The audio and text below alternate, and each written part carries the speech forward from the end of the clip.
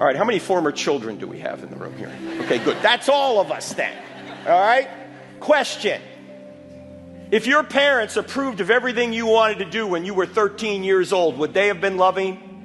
No, of course not. Love doesn't mean approval. Love doesn't mean enabling people to do evil. Love means you're standing in the way of evil. If you approve of everything some kid wants to do, you're not loving, you're unloving, you're an enabler. In fact, in the passage that everybody reads at their wedding, but nobody obeys, 1 Corinthians 13, here's what Paul says about love.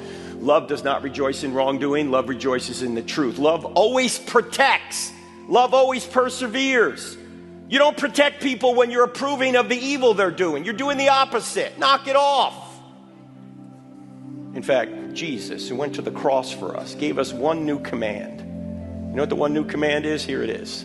He says, a new commandment I give you, love one another. As I have loved you, so you must love one another. How did he love us? He sacrificed himself for us. So what is love for us? It means sacrifice. It doesn't mean approval.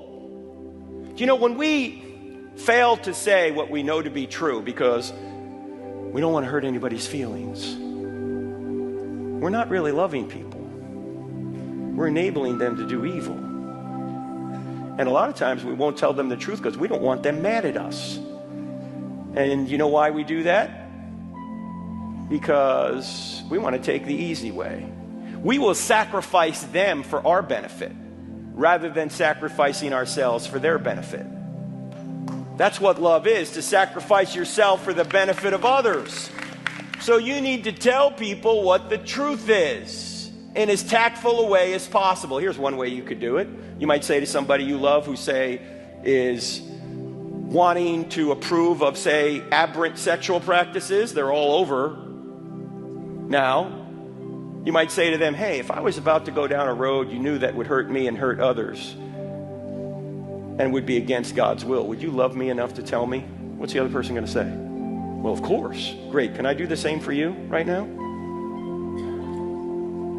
Love does not mean approval. Thomas Sowell is now 94 years old and says everything well.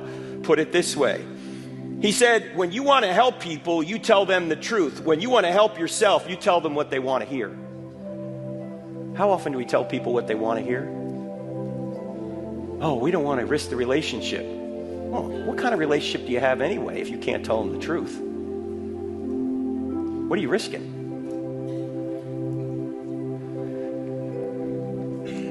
And by the way, Jesus wasn't always nice. Jesus told people the truth. In fact, if you think Jesus was a nice guy who's never said a bad word about anyone, you have not read John chapter 2, John chapter 8, or Matthew chapter 23. Jesus was not Barney. Can't we all get along, boys and girls? No! I came to bring a sword. It's going to divide mother and daughter, father and son. How often do you hear those passages talked about? But most of you in this room know those passages are true. Why? Because you're divided in your own family over Jesus. Guess what you ought to be? You ought to be following Jesus and not the world.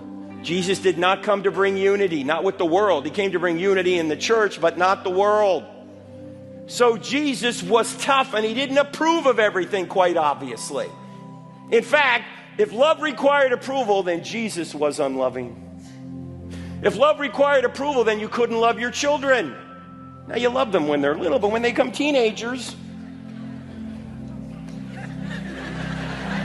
yeah, you love them, but you don't always feel like you love them, right? You probably never thought of abandonment, but you thought of murder several times. If love required approval, you couldn't love your spouse. You couldn't love your enemies. How do you love your enemies if love requires approval? In fact, God couldn't love you if love required approval. Love does not require approval.